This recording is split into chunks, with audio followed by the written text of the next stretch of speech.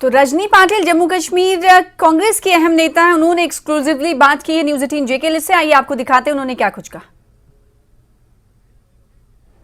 मेरे साथ इस वक्त जुड़ी है रजनी पाटिल, जो कि इंचार्ज है जम्मू एंड कश्मीर लद्दाख कांग्रेस यूटी की और कांग्रेस वर्किंग कमेटी की मेंबर है।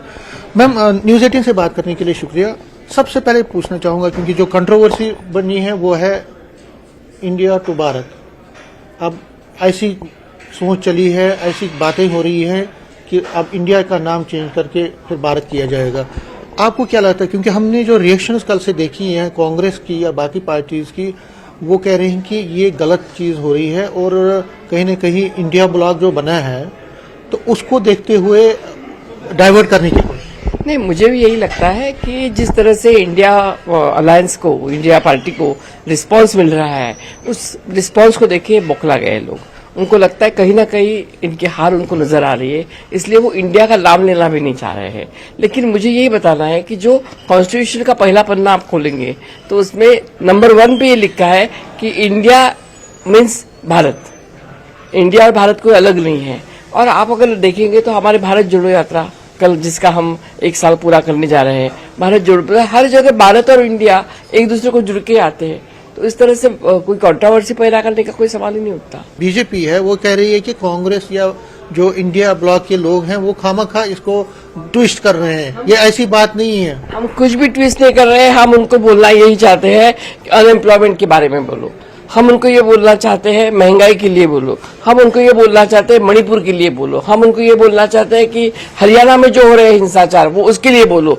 अब ये फालतू भी विवाद पैदा करके लोगों का ध्यान भटकाने का काम न करे। वो क्या लगता है, क्या आपको नहीं लगता है कि 1 नेशन 1 इलेक्शन अगर होते हैं तो उस पर आपत्ति क्या है कि आप लोगों ने क्यों रिफ्यूज किया उसका पार्ट होना? क्योंकि बीजेपी कहती है उसमें पैसे खर्च होता है। अगर इतने इलेक्शंस हो रहे हैं, हम इलेक्शंस पे ही पैसा खर्च रहे हैं, अगर ये चीज होती है तो एक रिफॉर्म की जरूरत नहीं है आपको? आपको क्या लगता है? आपको नहीं लगता कि आपने इस पर सियासत की? पार्लियामेंट की जो कमेटी लॉ एंड जुडिशरी की है, उसमें लास्ट 5 साल पहले उसकी चर्चा हुई थी और ये 1 नेशन 1 इलेक्शन का उस कमेटी का मैं हिस्सा भी थी। लेकिन उसका लागू होना बहुत मुश्किल है। 1952 में जब पहली बार चुनाव इस देश में हुए, तब सब चुनाव साथ में हुए थे। उसके बाद में कभी कोई गवर्नमेंट गिर गई, कभी कोई उपचुनाव आ गए, तो इस तरह से उनका आगे पीछे हो गया। अभी अगर उनका कोई फॉर्मूला है तो फॉर्मूला हमारे सामने रख के उसके ऊपर विचार करने के लिए तैयार है सब लोग। लेकिन इस तरह से ये लोग कैसे करेंगे? जम्मू कश्मीर की राजनीति पर आते हैं, जम्मू कश्मीर के इशू पर आते हैं। यहाँ पे जो इंडिया ब्लॉक जो बना है उसमें आपकी एनसीपी है, कांग्रेस भी है और पीडीपी भी है।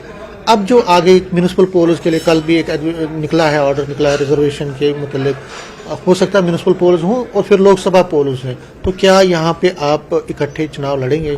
और ये मैं इसलिए पूछ रहा हूँ क्योंकि आप लोगों की सोच भी अलग रही है। हालांकि बड़ी सोच जो आपकी सेकुलरिज्म पर आप बात करते हैं, लेकिन जो ग्राउंड पे कनेक्शन लाना पार्टीज में, वर्कर्स में, क्या आपको लगता है वो?